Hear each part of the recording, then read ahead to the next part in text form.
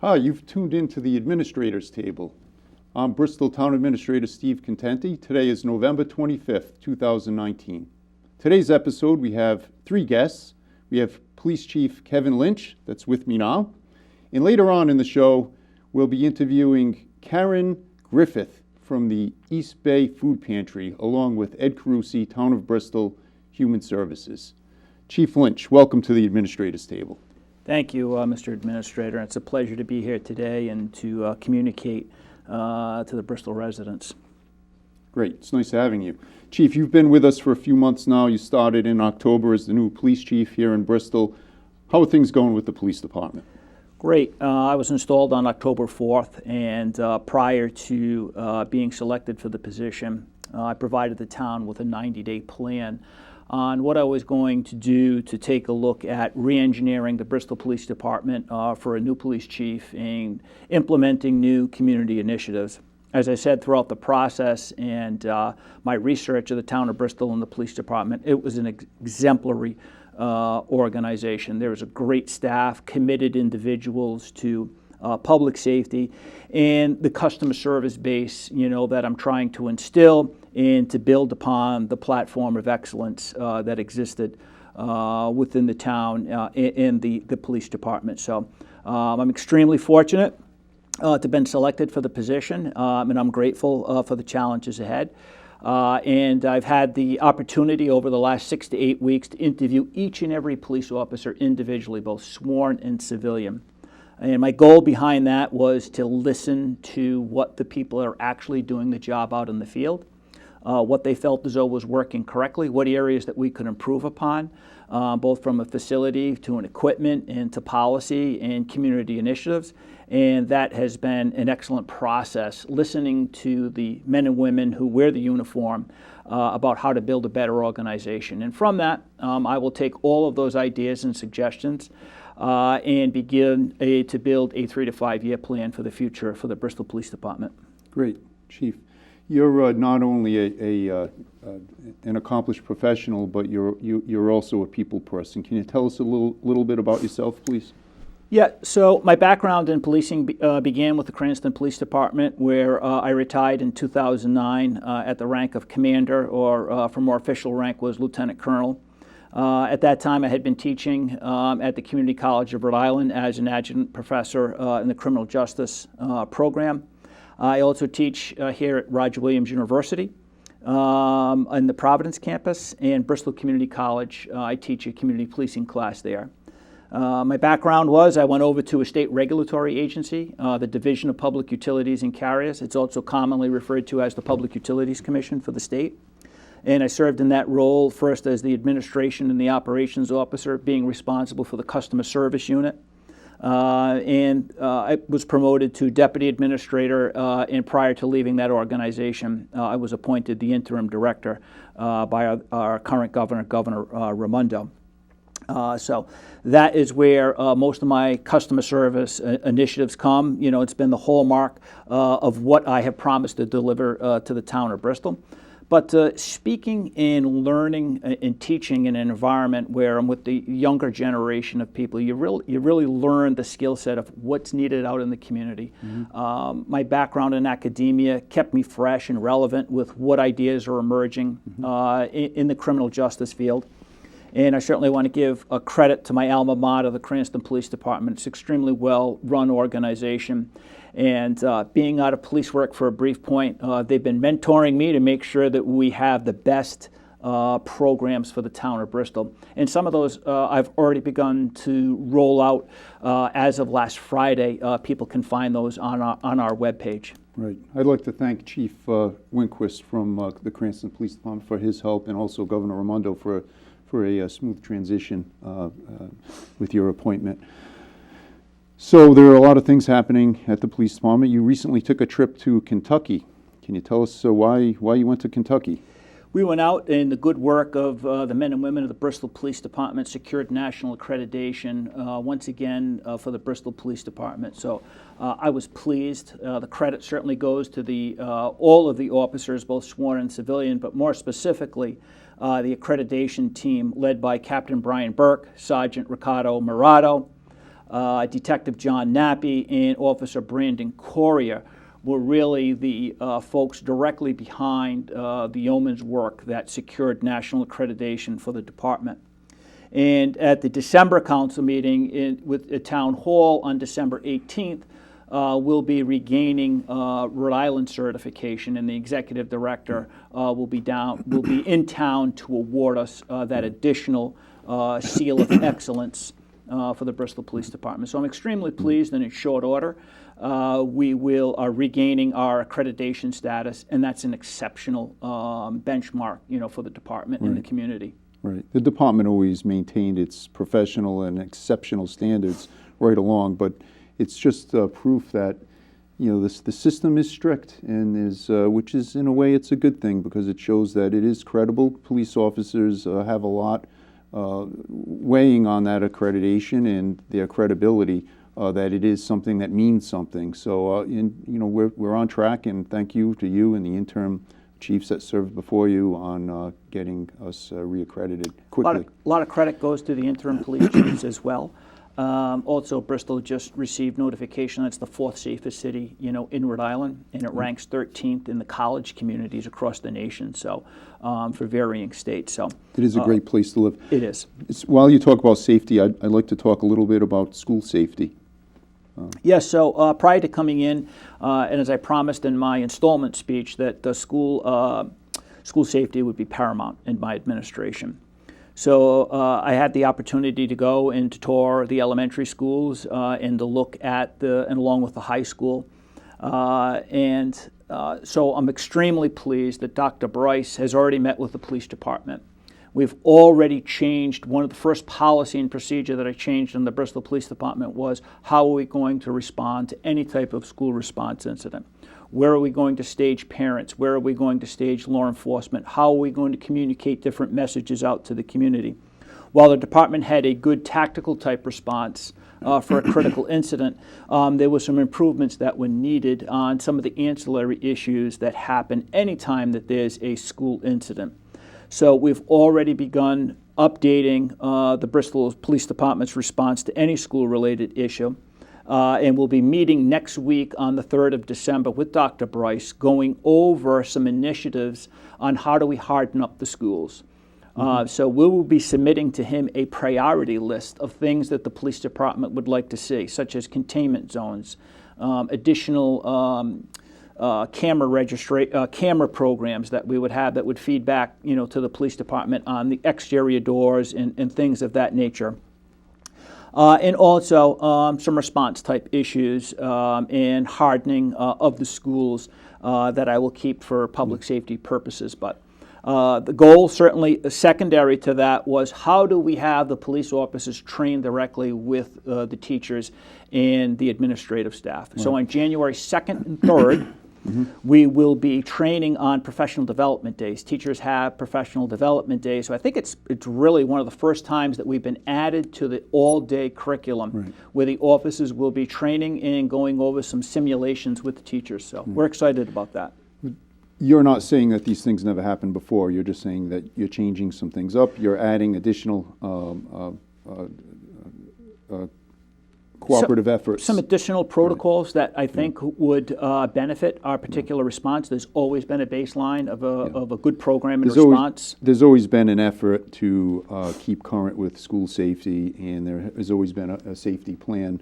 But what we're doing is we're freshening them up and putting additional attention into them. We're keeping up with the times. Yep, we call it hardening of our response. So every year, it's one of those policies and procedures you really have to dust off, and to make sure that you're using all of the best practices that exist in public safety, because they do change. Public safety is so important. 4th of July is another big project for you in your office. It will be. It'll be my first, a big Super Bowl event in the town of Bristol. And right after the first of the year, every year we dust that particular policy off, and we look at to see where we need our personnel, what are the critical areas of need. And again, we call it a hardening of all of those responses to make sure that it's an enjoyable day for everybody. So there is actually planning that goes on year-round for that event. But really the first of the year is when we take a look at that particular plan, and it will be a daily type activity until we have all of the resources that we need with external personnel, equipment, and taking a look at best practices over previous years. Right.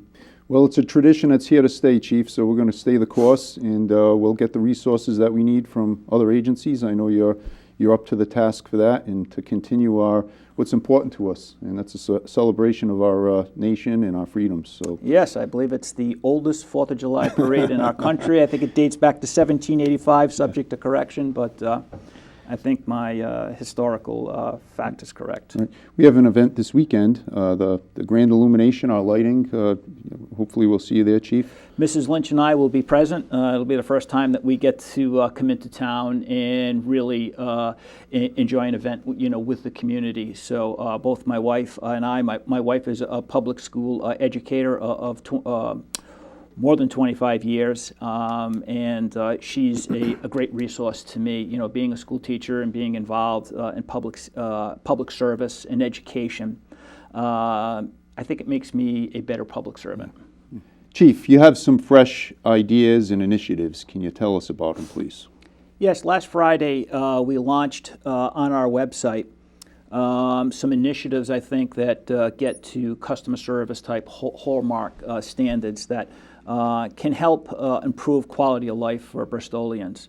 So we want to let people know that there are certain times when they vacation, they leave their homes and they're vacant they leave their home vacant, that they can go to the police department's website and they can log on their vacation period time.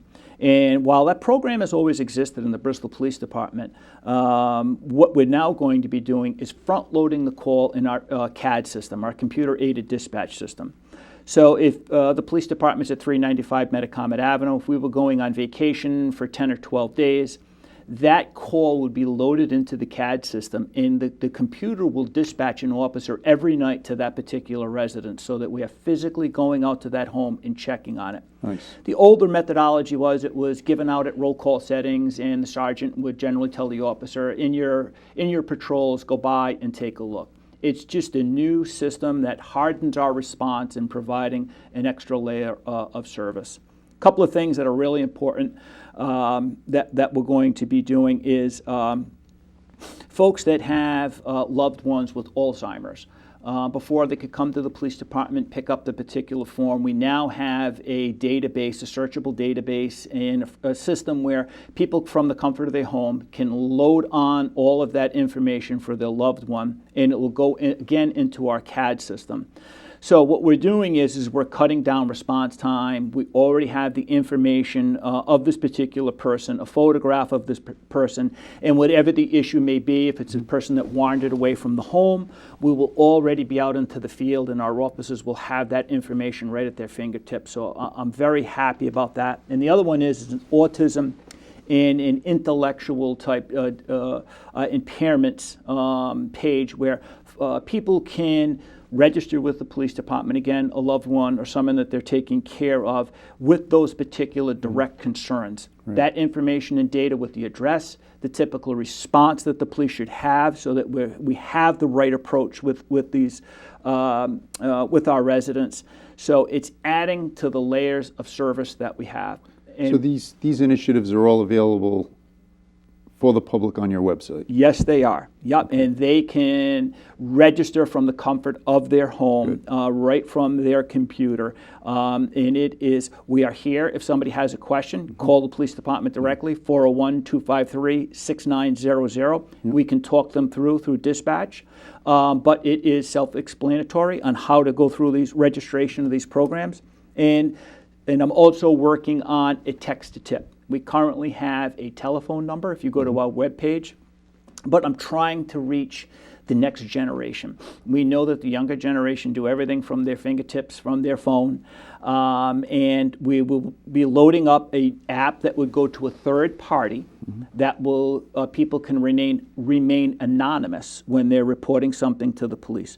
So I want to work with Dr. Bryce, and I also want to get that text-to-tip technology into the Bristol school into our schools, so that we know that if the kids see something, they're going to say something. Right. So important. Well, we have a lot riding on your success, Chief, and we're here to help. I can speak for the families of Bristol, I believe, that there's nothing more concerning to us than public safety. And so we wish you the best. You're doing a great job. And we hope that you can continue to work with Dr. Boyce and the school department to make things as safe as they can possibly be. Mm-hmm. Well, thank you very much. And as I stated in the beginning of our meeting, was that you've provided me with all of the tools to do the job successfully. And our greatest asset is our resources. And there is an excellent staff of police officers that are more than willing to provide the level of service that the residents of this town expect and deserve. Right. So Please thank you for that. pass our thanks to the men and women of the Bristol Police Department. Chief, thanks for being on the administrators table, and to you and your family and all of your men and women at the police department, have a happy Thanksgiving. Thank you. Much appreciated. We'll be back in a few minutes with our next guests.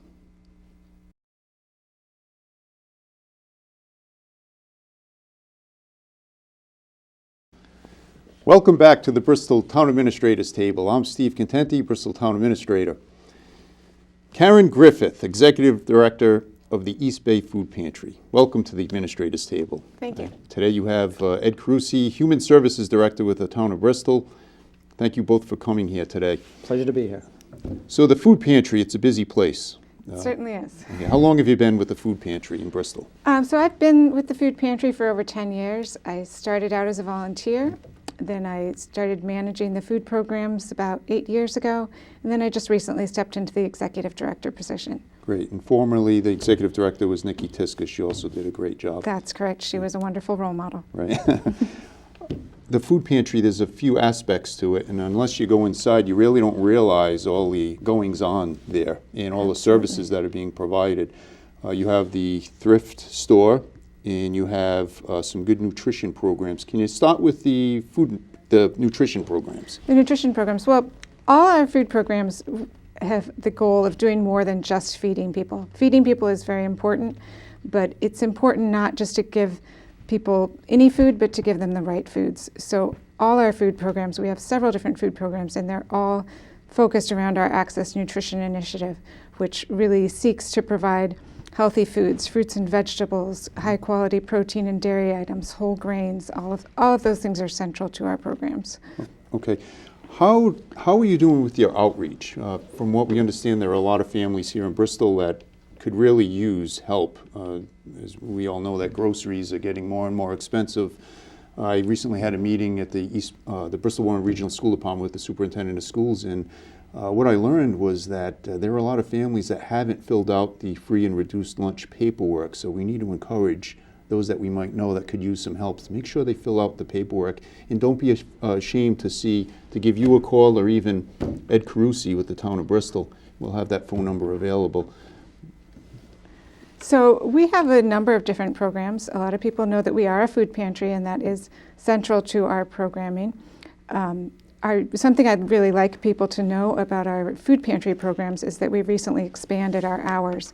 We're now open from 10 on Wednesday morning until 6:30 Wednesday evenings. We just started that recently, and the reason we did that is because we are finding that many low-income families may have one or both, people in the family who are working, and yet they still are unable to make ends meet. As you mentioned, grocery prices are increasing faster and faster and faster, and wages are not keeping up. Right. So this Wednesday, today's Monday, Yep. So this Wednesday before Thanksgiving, you'll be open till 6:30? Not on Wednesday. This Wednesday will only be open 10 to noon because of the Thanksgiving holidays. Oh, okay. But most Wednesdays we are open from 10 until 6:30. So Great. that gives people an opportunity to maybe get off work and then come to the food pantry and still access our services. Great. And the food pantry in Bristol is at the corner of Franklin and Wood Street. Yes, if people know where the Franklin Court Independent Living building is, we are in the basement of that building. Our entrance is on Wood Street under a big green awning. Yeah, it's very nice. Thank I mean, you. the food, you keep it real nice inside. It's very deceiving from the street, but there's a lot going on in there. Yeah, a lot of people can walk right by and not even realize we're there, but we are there. It has the number of different food programs, but also a thriving thrift shop.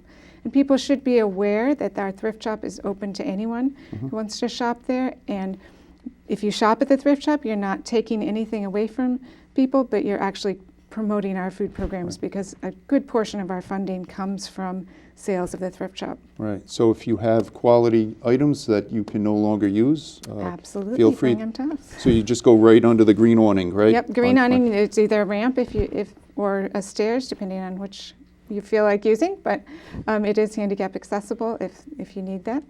And you can come on in anytime we're open. The thrift shop's open Tuesday through Saturday, and you can drop off donations at any time. Karen, you're doing a great job.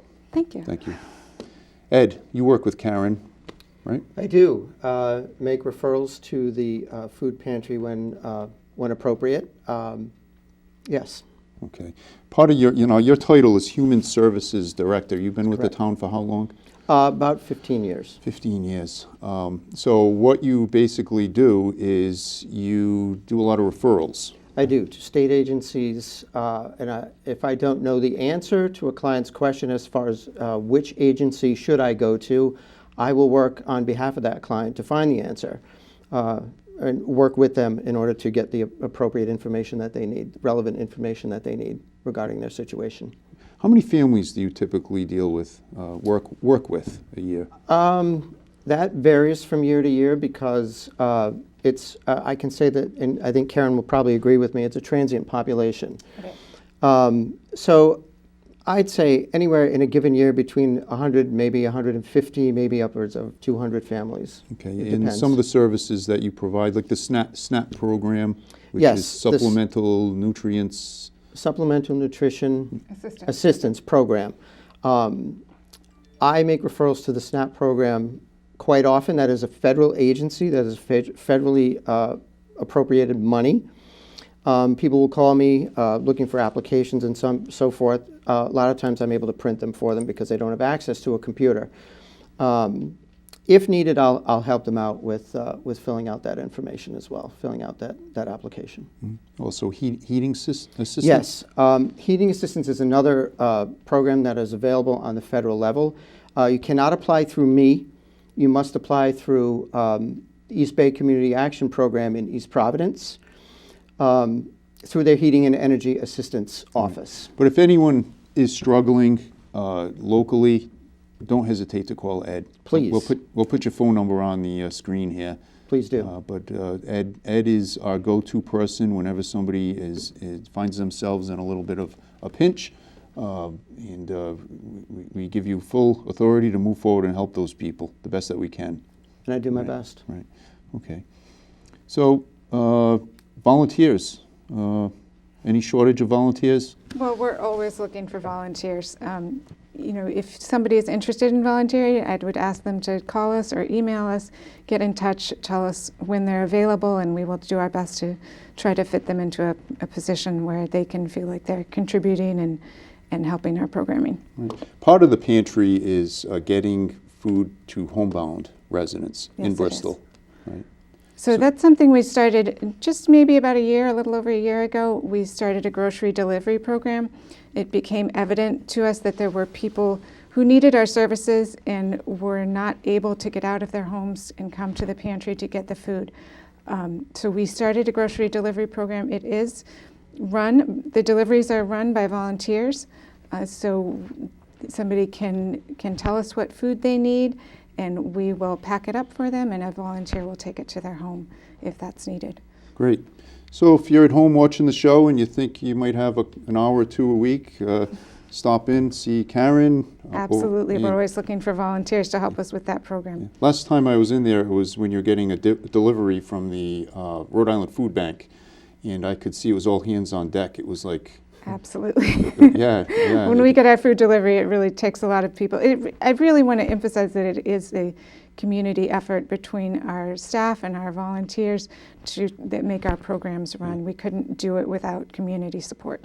But it was neat. The food, the quality of the food was really impressive. You know, that you had a cooler with just fresh eggs. You had fresh produce. These are all things that it's great to know they're going where they're needed. Absolutely. Quality food is really, really important to us, as we touched on earlier, to get people healthy foods. And so we do really make an effort to get as much healthy food out there as we can.